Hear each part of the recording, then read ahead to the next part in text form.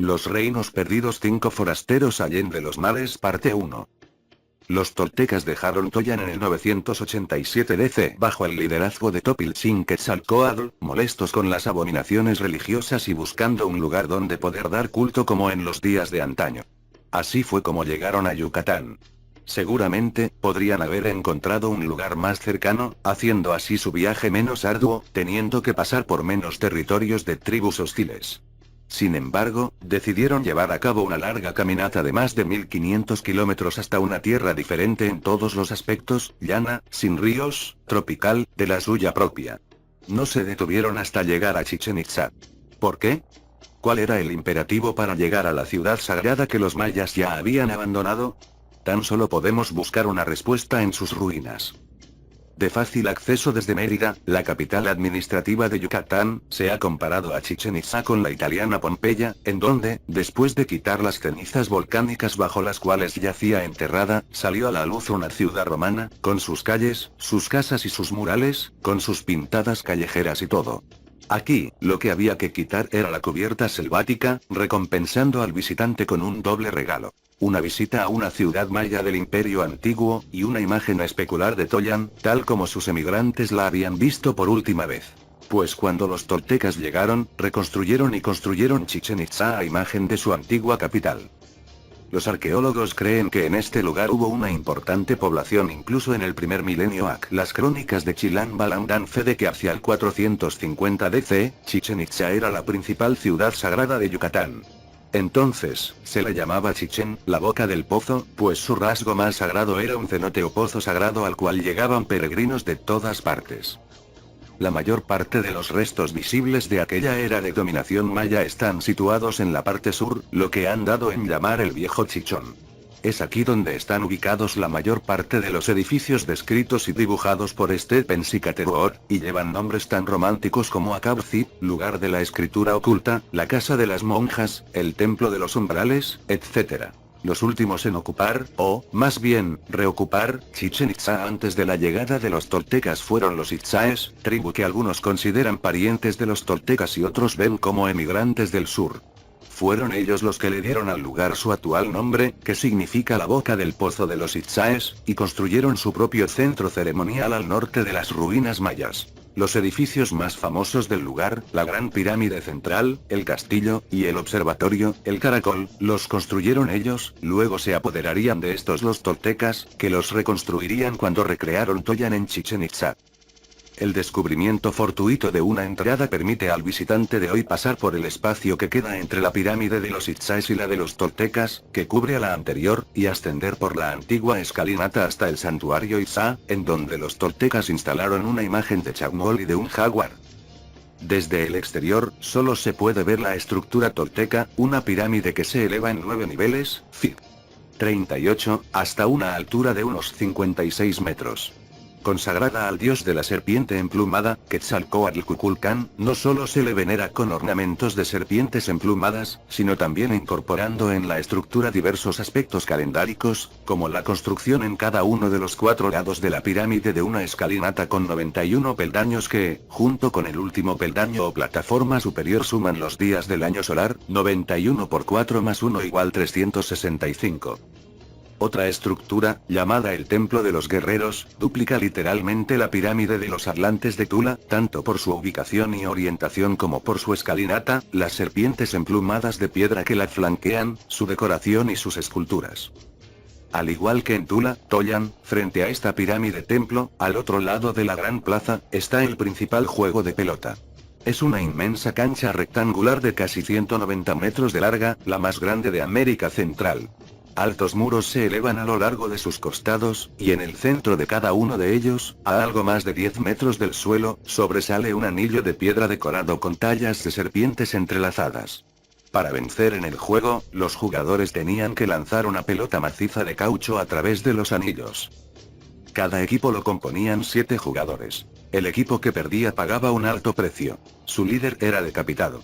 Unos paneles de piedra, decorados con bajorrelieves que representaban escenas del juego, se instalaban en toda la longitud de estas largas paredes.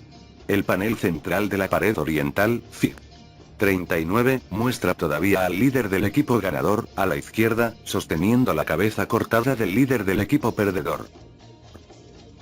Tan severo fin sugiere que en este juego de pelota había algo más que juego y entretenimiento. En Chichén Itzá, como en Tula, había varias canchas para el juego de pelota, quizá para entrenarse o para juegos menos importantes. La cancha principal era única por su tamaño y esplendor, y la importancia de lo que pudo acaecer en ella viene subrayado por el hecho de que estuviera acompañada por 3 templos ricamente decorados con escenas de guerreros, de enfrentamientos mitológicos, el árbol de la vida y una deidad alada y con barba provista de 2 cuernos, Fig. 40. Todo esto, junto con la diversidad y la vestimenta de los jugadores, nos habla de un acontecimiento intertribal, si no internacional, de gran importancia política y religiosa. El número de los jugadores, 7, la decapitación del líder del equipo perdedor y el uso de una pelota de caucho parecen remedar un relato mitológico del Popol Vuh en el que se da un combate entre dioses que adopta la forma de una competición con una pelota de caucho.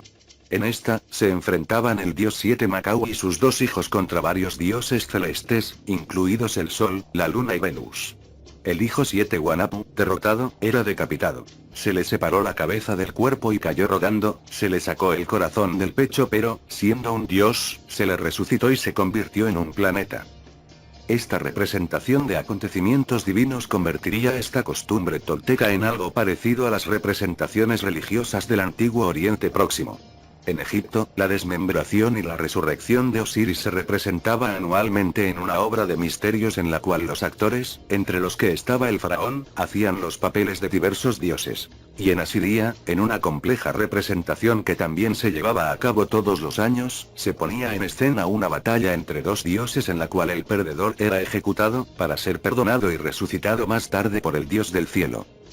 En Babilonia, se leía todos los años el Enuma Elish, la epopeya que describía la creación del sistema solar, como parte de las celebraciones de Año Nuevo. En esta, se representaba la colisión celeste que llevó a la creación de la Tierra, el 7º planeta, como la muerte y decapitación de la monstruosa Tiamat a manos del supremo dios babilónico Marduk.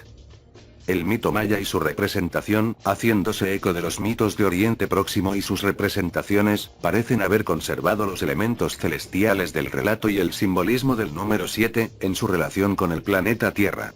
Es significativo que en las imágenes mayas y toltecas que hay a lo largo de las paredes del juego de pelota, algunos jugadores lleven como emblema un disco solar, mientras que otros llevan el de la estrella de 7 puntas, Fig. 41. ¿Es este un símbolo celeste y no un emblema casual, confirmado, según nuestra opinión, por el hecho de que por todas partes en Chichén Itzá se puede ver la imagen de una estrella de 4 puntas en combinación con el símbolo del 8 para el planeta Venus, Fig. 42a, y que en otros lugares del noroeste de Yucatán, las paredes de los templos se decoraban con símbolos de estrellas de 6 puntas, Fig. 42b. El representar a los planetas como estrellas con diferente número de puntas es tan común que solemos olvidar cómo surgió esta costumbre. Como otras tantas cosas, tuvo su origen en Sumer. Basándose en lo que habían aprendido de los Nefilim, los sumerios no contaban los planetas tal como lo hacemos nosotros, desde el Sol hacia afuera, sino desde el exterior hacia el centro. Así, Plutón era el primer planeta, Neptuno era el segundo, Urano el tercero, Saturno el cuarto, Júpiter el quinto. Marte, así pues, era el sexto, la Tierra el séptimo y Venus el octavo.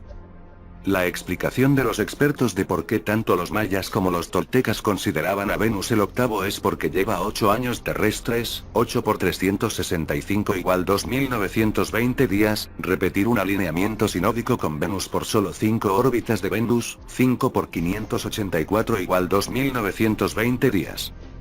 Pero, si esto es así, Venus debería ser el 5 y la Tierra el 8. El método sumerio nos parece mucho más elegante y preciso, y sugiere que las representaciones mayas toltecas seguían la iconografía de Oriente Próximo. Pues, como se puede ver, los símbolos encontrados en Chichén Itzá y en otros muchos lugares de Yucatán son casi idénticos a aquellos mediante los que se representaba a los distintos planetas en Mesopotamia, Fig. 42c. De hecho, el empleo de símbolos de estrellas con puntas a la manera de Oriente Próximo se hace más insistente a medida que uno se mueve hacia el noroeste de Yucatán y su costa. Allí, en un lugar llamado Sequelna, se encontró una notabilísima escultura, que se exhibe en la actualidad en el Museo de Mérida. Esculpida a partir de un gran bloque de piedra, al cual la estatua aún está unida por su parte trasera, representa a un hombre de marcados rasgos faciales, posiblemente tocado con un casco. Tiene el cuerpo cubierto con un traje ceñido, con escamas o costillas. Bajo el brazo doblado, sostiene un objeto que el museo identifica como la forma geométrica de una estrella de 5 puntas Fig. 43. Sobre el vientre, sujeto con correas, lleva un extraño dispositivo circular. Los expertos creen que, por algún motivo, identificaba a los que lo portaban como dioses de las aguas. En un lugar cercano llamado Oxkintok, se encontraron grandes esculturas de deidades que formaban parte de enormes bloques de piedra. Los arqueólogos suponen que habrían servido como columnas de apoyo estructurales en los templos. Una de ellas, Fig. 44, parece la homóloga femenina del dios arriba descrito.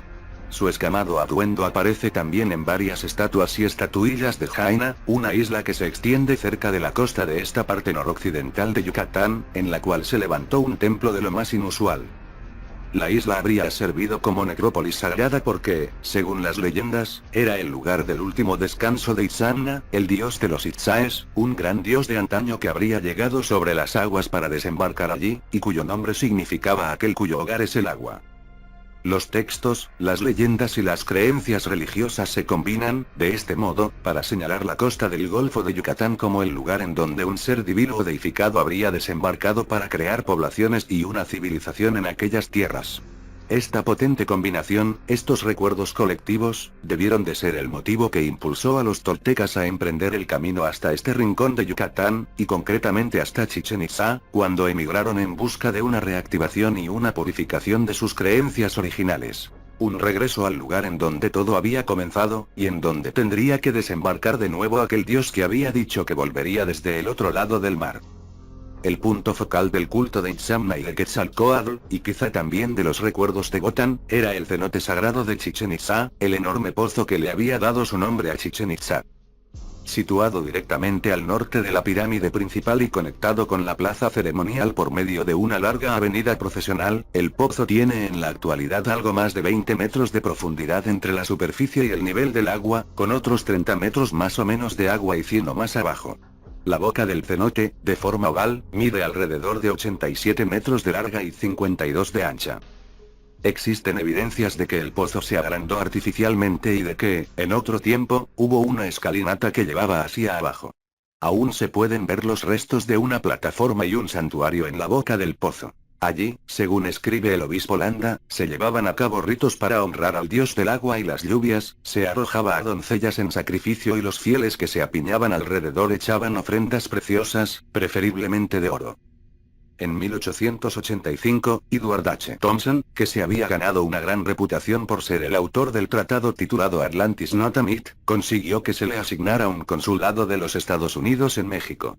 No pasó mucho tiempo antes de que comprara, por $75, más de 250 kilómetros cuadrados de selva, en donde se encontraban las ruinas de Chichén Itzá. Haciendo de aquellas ruinas su hogar, Thompson organizó para el Museo Peabody de la Universidad de Harvard una serie de inmersiones sistemáticas en el pozo con el objetivo de recuperar sus sagradas ofrendas. Solo se encontraron alrededor de 40 esqueletos humanos. Pero los buzos sacaron miles de ricos objetos artísticos. Más de 3.400 estaban hechos de jade, una piedra semipreciosa que era la más apreciada por mayas y aztecas. Entre los objetos había cuentas, varillas nasales, tapones para los oídos, botones, anillos, pendientes, globos, discos, efigies, figurines. Más de 500 objetos llevaban grabados en los que se representaba tanto a animales como a personas. Entre estos últimos, algunos llevaban una visible barba, Fig. 45A, B, con un aspecto muy parecido al de las paredes del templo del juego de pelota, Fig. 45C. Aún más significativos eran los objetos de metal que sacaron los buzos. Centenares de ellos estaban hechos de oro, y algunos de plata y de cobre, descubrimientos muy llamativos, dada la escasez de metales en la península. Algunos de los objetos estaban hechos de cobre dorado o de aleaciones de cobre, incluido el bronce, lo que indica una sofisticación metalúrgica desconocida en tierras mayas, y evidencia que los objetos se habían traído desde tierras distantes. Pero lo más desconcertante de todo fue el descubrimiento de discos de estaño puro, un metal que no se encuentra en su estado nativo y que solo se puede conseguir a través de un complejo refinado de minerales que están completamente ausentes en América Central. Entre los objetos de metal, exquisitamente trabajados, había numerosas campanas así como objetos rituales, copas, lavamanos, anillos, tiaras, máscaras, ornamentos y joyas, cetros, objetos de propósito desconocido. Y, lo más importante de todo, discos grabados o estampados con escenas de enfrentamientos. En estas, personas con diferentes atuendos y de rasgos diferentes se enfrentaban entre sí, quizás en combate, en presencia de serpientes terrestres o celestes, o de dioses celestes.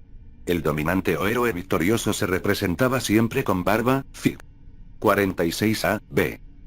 Es evidente que estos no eran dioses, pues a los dioses celestes o serpientes se les mostraba por separado. Su aspecto, diferente del dios celeste alado y con barba, Fig. 40, aparece en relieves grabados en paredes y columnas de Chichén Itzá junto con otros héroes y guerreros, como este, con su larga y fina barba, Fig. 47, que alguien apodó el tío Sam. La identidad de esta gente con barba es un enigma. Lo que es seguro es que no eran indígenas nativos, puesto que no les crecía el vello facial y, por lo tanto, no podían tener barba. Entonces, ¿quiénes eran estos forasteros? Sus rasgos semitas, o más bien mediterráneo-orientales, aún más destacados en los objetos de arcilla que llevan imágenes faciales, han llevado a varios investigadores a identificarlos como fenicios o marinos judíos, que quizás perdieron el rumbo y fueron llevados por las corrientes atlánticas hasta las costas de Yucatán, cuando el rey Salomón y el rey fenicio Hiram juntaron sus fuerzas para enviar expediciones marítimas a circundar África en busca de oro, hacia el Milac. O unos cuantos siglos después, cuando los fenicios fueron ahuyentados de sus ciudades portuarias en el Mediterráneo oriental, fundaron Cartago y navegaron hasta África occidental. A despecho de quienes pudieran haber sido esos marinos y el momento propuesto de la travesía, los investigadores académicos más conservadores desechan radicalmente cualquier idea de una travesía deliberada. Explican las innegables barbas como barbas postizas, que los indígenas se pegaban en la barbilla, o bien dicen que se trata de supervivientes ocasionales de algún naufragio. Claro está que el primer argumento, propuesto con toda seriedad por famosos expertos, no hace más que llevar a esta pregunta. Si los indígenas imitaban a alguna persona barbada, ¿de quién o quiénes se trataba? Tampoco parece válida la explicación que afirma que se trata de unos cuantos supervivientes de naufragios. Las tradiciones nativas, al igual que la leyenda de Gotham, nos hablan de viajes repetidos de exploración seguidos por asentamientos, la fundación de ciudades. Las evidencias arqueológicas contradicen la idea de unos cuantos supervivientes ocasionales arrojados a una playa singular. A los barbados, a los que se les ve en diversas actividades y circunstancias, se les ha representado a lo largo de toda la costa del Golfo de México, en localidades del interior y hasta en la costa del Pacífico. Y no se les representa estilizados, ni mitificados, sino retratados como gente real. Algunos de los más sorprendentes ejemplos se han encontrado en Veracruz, Fig. 48a, b. La gente a la que inmortalizaron eran claramente idénticos a los dignatarios semitas occidentales a los que tomaban como prisioneros los faraones egipcios durante sus campañas asiáticas, tal como los representaron los vencedores en sus inscripciones conmemorativas de las paredes de los templos, Fig. 49. Los reinos perdidos 5 forasteros allende los mares parte 2. ¿Por qué, y cuándo, estos marinos mediterráneos llegaron a América? Las pistas arqueológicas son desconcertantes, pues llevan a un enigma aún mayor. Los olmecas, y sus aparentes orígenes negros africanos. Pues, como se ve en muchas representaciones, como esta, de Alvarado, Veracruz, Fig. 50, los barbados y los olmecas se encontraron, cara a cara, en los mismos dominios y en la misma época. De todas las civilizaciones perdidas de América Central, la de los olmecas es la más antigua y la más desconcertante. A todos los efectos, fue la civilización madre, la que todos copiaron y adaptaron. Apareció a lo largo de la costa del Golfo de México a comienzos del segundo milenio AC, estaba en pleno florecimiento en alrededor de 40 lugares hacia el 1200 AC. Algunos sostienen que hacia el 1500 AC, y, difundiéndose en todas direcciones, pero principalmente hacia el sur, dejó su huella por toda América Central hacia el 800 AC. La primera escritura en glifos de Centroamérica aparece en el reino de los olmecas. Y lo mismo se puede decir del sistema numérico de puntos y barras. Las primeras inscripciones del calendario de la cuenta larga, con la enigmática fecha de comienzo en 3113 AC. Las primeras obras de arte escultórico grandiosas y monumentales. La primera utilización del jade. Las primeras representaciones de armas o herramientas manuales. Los primeros centros ceremoniales. Las primeras orientaciones celestes, todo fueron consecuciones de los olmecas. No es de sorprender que con tantos primeros, algunos, como J. Soustelle, de Olmecs, hayan comparado la civilización olmeca en Centroamérica con la de los sumerios en Mesopotamia, que tienen todos los primeros del antiguo Oriente Próximo. Y, al igual que la civilización sumeria, los olmecas también aparecieron de repente, sin ningún precedente o período previo de avance gradual.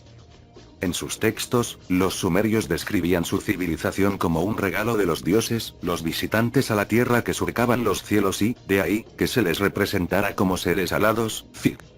51a.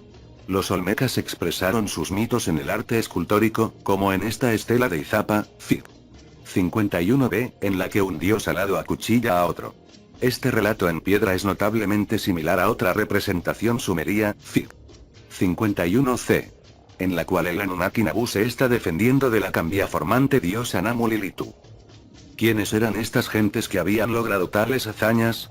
Apodados olmecas, pueblo del caucho, debido a que su región en la costa del Golfo era conocida por sus árboles de caucho, en realidad eran un enigma, forasteros en tierra extraña, forasteros de allende los mares, un pueblo que no solo pertenecía a otra tierra, sino a otro continente.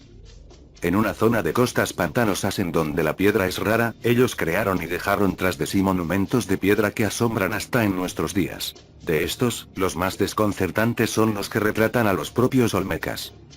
Únicos en todos los aspectos, se trata de gigantescas cabezas de piedra esculpidas con una increíble habilidad y con herramientas desconocidas. El primero en ver una de estas gigantescas cabezas fue J. M. Melgar y Serrano, en Tres Zapotes, en el estado de Veracruz. La describió en el Boletín de la Sociedad Geográfica y Estadística Mexicana, en 1869, como una obra de arte. Una magnífica escultura que lo que más sorprende es que parece representar a un etíope. Unos dibujos anexos reproducían fielmente los rasgos negroides de la cabeza, Fig. 52. Pero hasta 1925 los expertos occidentales no confirmaron la existencia de tan colosales cabezas de piedra, cuando un equipo arqueológico de la Universidad de Tulane, encabezado por Franz Glon, encontró la parte superior de una colosal cabeza que estaba profundamente hundida en la tierra, en La Venta, un lugar cercano a la costa del Golfo, en el estado de Tabasco. Cuando se desenterró la cabeza, Fig. 53, media casi 2,5 metros de altura y 6,4 de circunferencia, y pesaba alrededor de 24 toneladas. No cabe duda de que representa a un negroide africano con un visible casco. Con el tiempo, en La Venta se encontrarían más cabezas, cada una con sus diferencias individuales y con cascos diferentes, pero con los mismos rasgos faciales. Otras 5 de estas colosales cabezas se encontraron en la década de 1940 en San Lorenzo, un asentamiento olmeca a casi 100 kilómetros de La Venta. El descubrimiento lo hicieron las expediciones arqueológicas dirigidas por Matthew Stirling y Philip Drucker. Y los equipos de la Universidad de Yale que les siguieron, liderados por Michael D. Coe, descubrieron más cabezas e hicieron lecturas de radiocarbono que dieron fechas en torno al 1200 AC. Esto significa que la materia orgánica, en su mayor parte, carbón, encontrada en aquel lugar, tenía aquella antigüedad. Pero el lugar mismo y sus monumentos bien podrían ser más antiguos. De hecho, el arqueólogo mexicano Ignacio Bernal, que descubrió otra cabeza en Tres Zapotes, data estas colosales esculturas hacia el 1500 AC. Hasta ahora se han encontrado 16 de estas enormes cabezas, que miden entre 1,5 metros y 3 metros de altura, y llegan a pesar hasta 25 toneladas. Quien quiera que las esculpiera estuvo a punto de esculpir algunas más, pues, junto a las cabezas terminadas, se ha encontrado gran cantidad de material crudo, grandes piedras que se habían extraído ya de la cantera y se habían redondeado hasta darle la forma de una pelota. Las piedras de basalto, terminadas y sin terminar, se llevaron desde su origen hasta lugares en donde no existe la piedra, recorriendo distancias de 100 kilómetros o más, a través de selvas y pantanos. ¿Cómo se extrajeron estos colosales bloques de piedra? ¿Cómo se transportaron y, por último, cómo se esculpieron y se erigieron en su destino? Sigue siendo un misterio. Sin embargo, está claro que para los olmecas era muy importante conmemorar a sus líderes de esta manera. Viendo una galería de retratos de estas cabezas, se puede ver con claridad que se trataba de personas, todas ellas de la misma estirpe negroide africana, pero con sus propias personalidades y con diferentes tocados. Las escenas de enfrentamientos grabadas en las estelas de piedra, Fig. 55A, y otros monumentos, Fig. 55B, nos ofrecen una clara imagen de los olmecas como gente alta, de constitución fuerte, con cuerpos musculosos, gigantes en estatura, sin duda, a los ojos de la población indígena. Pero, para que no supongamos que se trata solo de unos cuantos líderes y no de la verdadera población de etnia negroide africana, hombres, mujeres y niños, los olmecas dejaron tras ellos, esparcidas por una inmensa región de Centroamérica que va desde el Golfo hasta la costa del Pacífico, centenares si no miles de representaciones de sí mismos. En esculturas, en grabados en piedra, en bajorrelieves, estatuillas, siempre vemos las mismas caras de negro africano, como en los jades del cenote sagrado de Chichen Itza o en las efigies de oro encontradas allí. En numerosas terracotas enconadas desde la isla de Jaina, una pareja de enamorados, hasta el centro y el norte de México, e incluso como jugadores de pelota, relieves del Tajín. En la Fig. 56, se muestran unas cuantas. En algunas terracotas, Fig. 57A, y aún más en las esculturas de piedra, Fig. 57B, se retrata a los olmecas sosteniendo bebés, un acto que debió de tener un significado especial para ellos. Pero no son menos intrigantes los asentamientos en donde se encontraron las colosales cabezas y otras representaciones de los olmecas. Su tamaño, magnitud y estructuras dejan ver la obra de unos colonizadores organizados, no la de unos cuantos náufragos fortuitos. La Venta era en realidad una pequeña isla en una pantanosa región costera, que fue artificialmente conformada, rellenada de tierra y construida según un plan preconcebido. Los principales edificios, entre los que se incluye una inusual pirámide cónica, montículos alargados y circulares, estructuras, patios pavimentados, altares, estelas y otros elementos de factura humana, se dispusieron con una gran precisión geométrica a lo largo de un eje norte-sur que se extendía casi 5 kilómetros. En un lugar carente de piedra, se utilizó una sorprendente variedad de esta, cada una elegida por sus cualidades especiales, en la construcción de estructuras, monumentos y estelas, a pesar de que hubo que trasladarlas desde grandes distancias. Solo la pirámide cónica precisó de 28.300 metros cúbicos de tierra. Todo esto supondría un tremendo esfuerzo físico. También precisaba de un alto nivel de experiencia en arquitectura y mampostería, de lo cual no había precedente en Centroamérica. Obviamente, todos estos conocimientos debieron aprenderlos en algún otro lugar. Entre los extraordinarios descubrimientos de la Venta había un recinto rectangular que estaba circundado o vallado con columnas de basalto, el mismo material con el que se esculpieron las enormes cabezas. El recinto protegía un sarcófago de piedra y una cámara funeraria rectangular que también estaba techada y rodeada de columnas de basalto. En el interior, varios esqueletos yacían sobre una plataforma baja. En conjunto, este descubrimiento único, con su sarcófago de piedra, parece haber sido el modelo para la igualmente inusual cripta de Pacal en Palenque. Al menos, la insistencia en el empleo de grandes bloques de piedra, aun cuando tuvieran que ser traídos desde tan lejos, para monumentos, esculturas conmemorativas y enterramientos, debería servir de pista sobre el enigmático origen de los olmecas. No menos desconcertante fue el descubrimiento en la Venta de centenares de objetos artísticamente tallados del poco común jade, incluidas unas extrañas hachas elaboradas con esta piedra semipreciosa, que no se puede encontrar en la zona. Después, para hacer aún mayor el misterio, todos estos objetos fueron enterrados deliberadamente en largas y profundas zanjas. Estas, a su vez, se cubrieron con diferentes capas de arcilla, de diferentes clases y colores, miles de toneladas de tierra traída desde varios lugares distantes. Increíblemente, las zanjas tenían el fondo cubierto de miles de baldosas de serpentina, otra piedra semipreciosa verde azulada. La mayoría de los expertos supone que las zanjas se cavaron para enterrar en ellas estos preciosos objetos de jade, pero los suelos de serpentina también podrían estar sugiriendo que las zanjas se construyeron mucho antes, con un propósito completamente distinto. Pero se utilizaron para enterrar unos objetos muy apreciados, como esas extrañas hachas, una vez dejaron de necesitarlos, y de necesitar las zanjas. No existen dudas de que los olmecas abandonaron sus asentamientos hacia los comienzos de la era cristiana, y que incluso intentaron enterrar algunas de sus colosales cabezas. Quienquiera que llegara a sus poblados después, lo hizo con ansias de venganza. Algunas de las cabezas fueron derribadas de sus bases, para después hacerlas rodar hasta los pantanos. Otras muestran marcas que denotan haber sido golpeadas. Como otro de los muchos enigmas de la venta, permítasenos hablar del descubrimiento en las zanjas de unos espejos cóncavos de mineral de hierro, magnetita y hematites, cristalizado, moldeados y pulidos a la perfección. Después de estudiarlos y de hacer algunos experimentos, los expertos del Instituto Smithsoniano de Washington después de Cristo llegaron a la conclusión de que los espejos pudieron ser utilizados para enfocar los rayos del sol, para encender fuego o con propósitos rituales. Esa es la forma que tienen los expertos de decir que no saben para qué servía un objeto. El enigma final en la venta es el lugar en sí mismo, pues está exactamente orientado según un eje norte-sur, con 8 de inclinación al oeste del verdadero norte. En diversos estudios se ha demostrado que esta orientación fue premeditada, con el objetivo de permitir la observación astronómica, quizá desde la cúspide de la pirámide cónica, cuyas prominencias podrían haber servido como indicadores direccionales. En un estudio especial, de M. Popenoeach, Paperson Olmecan Maya Archaeology N13, University of California, se llegó a la conclusión de que, el patrón de observación hecho en la venta hacia el Milac habría que remontarlo a un cuerpo de conocimientos desarrollado un milenio antes.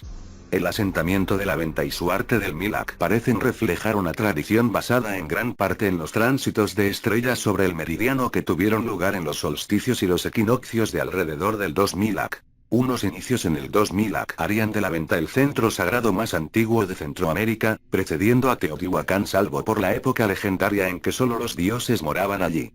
Aún así, puede que no sea esa la verdadera fecha en que los olmecas llegaron allí tras cruzar los mares, pues su cuenta larga comienza en el 3113 AC. Pero sí indica en qué medida se adelantaron a civilizaciones más famosas, como los mayas o los aztecas. En Tres Zapotes, cuya fase previa sitúan los arqueólogos entre 1500 y 1200 AC, se pueden ver, esparcidas por el lugar, construcciones de piedra, aunque la piedra es rara aquí, terrazas, escalinatas y montículos. Se han localizado al menos otros 8 lugares en un radio de 24 kilómetros desde Tres Zapotes, lo que nos sugiere que debió de ser un gran centro rodeado de poblaciones satélites. Además de las cabezas y de otros monumentos escultóricos, también se desenterraron gran cantidad de estelas. Una de ellas, Estela C, lleva la fecha de cuenta larga del 7, 16, 6, 16, 18, que equivale al 31 AC, confirmando la presencia de los olmecas en este lugar en aquella época. En San Lorenzo, las ruinas olmecas están compuestas por estructuras, montículos y terraplenes, entremezclados con estanques artificiales. La parte central de este lugar se construyó sobre una plataforma de factura humana de alrededor de 2 kilómetros cuadrados, que fue elevada unos 56 metros por encima del terreno circundante, una proeza que empequeñece muchas obras modernas. Los arqueólogos descubrieron que los estanques estaban interconectados a través de un sistema de conductos subterráneos cuyo significado o función resultan aún desconocidos. Podríamos proseguir largamente con la descripción de lugares olmecas, hasta el momento, se han descubierto alrededor de 40. En todas partes, además del arte monumental y de los edificios de piedra, hay montículos por docenas y otras evidencias de movimientos de tierra deliberados. Sin embargo, las obras de sillería, los terraplenes, las zanjas, los estanques, los conductos y los espejos deben tener algún sentido, aun cuando los expertos modernos no alcancen a comprenderlo, así como la simple presencia de los olmecas en América Central, a menos que uno suscriba la teoría de los supervivientes de un naufragio, cosa que nosotros no vamos a hacer. Los historiadores aztecas describieron a los olmecas como los remanentes de un antiguo pueblo, no unas cuantas personas, de habla no náhuatl, que crearon la civilización más antigua de México. Las evidencias arqueológicas apoyan la idea y demuestran que, desde una base o área metropolitana que lindaría con el Golfo de México, en donde la Venta, Tres Zapotes y San Lorenzo conformarían un triángulo pivotal, la zona de asentamientos e influencia olmecas cruza por el sur hacia la costa del Pacífico de México y Guatemala. Expertos en terraplenes, maestros de la sillería, excavadores de zanjas, canalizadores de aguas, fabricantes de espejos. ¿Así dotados, qué estaban haciendo los olmecas en Centroamérica?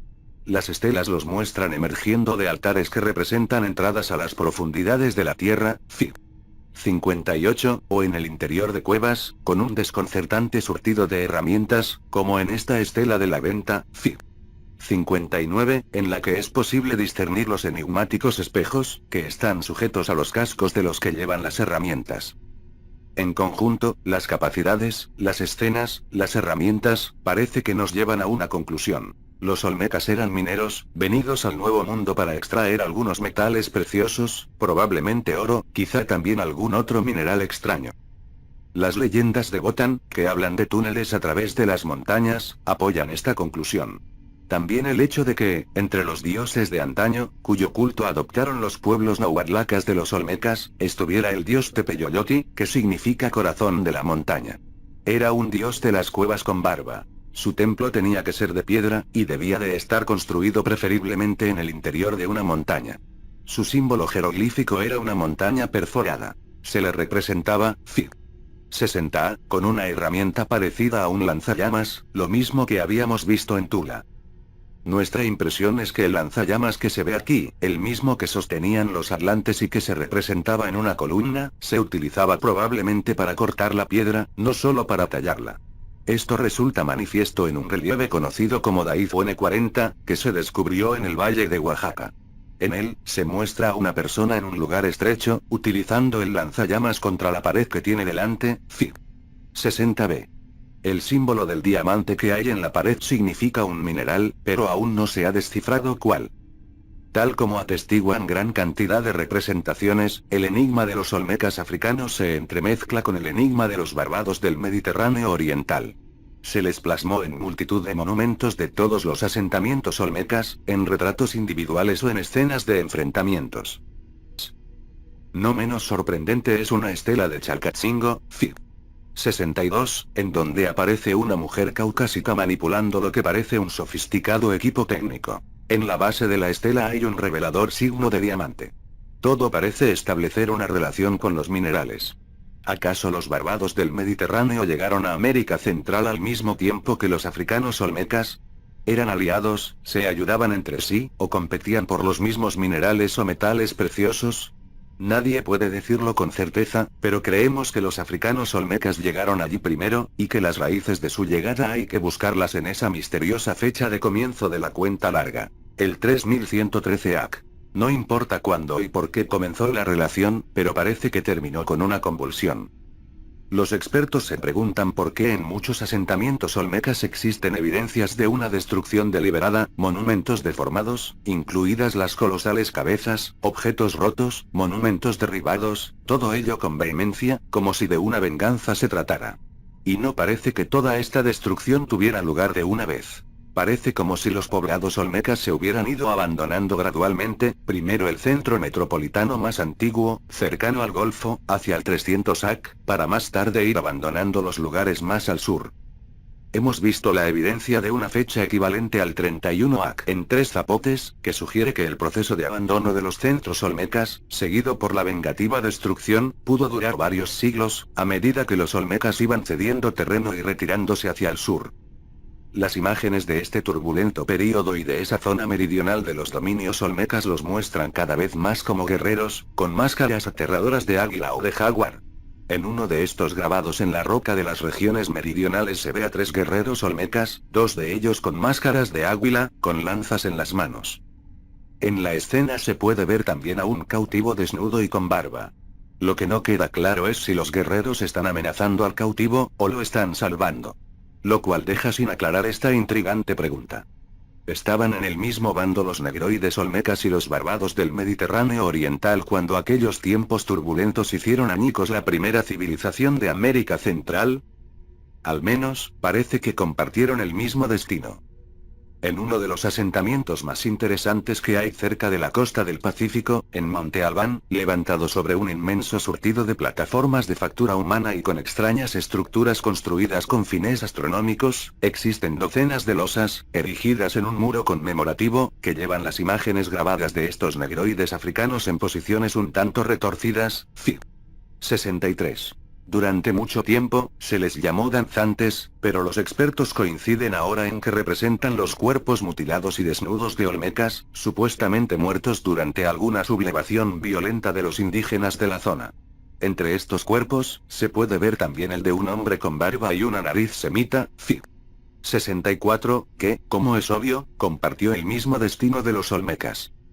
Se cree que Monte Alban se pobló hacia el 1500 AC, y que fue un centro importante desde el 500 AC. Así, en unos cuantos siglos de grandeza, sus constructores terminaron como cuerpos mutilados, honrados en las piedras, víctimas de aquellos a los que habían enseñado.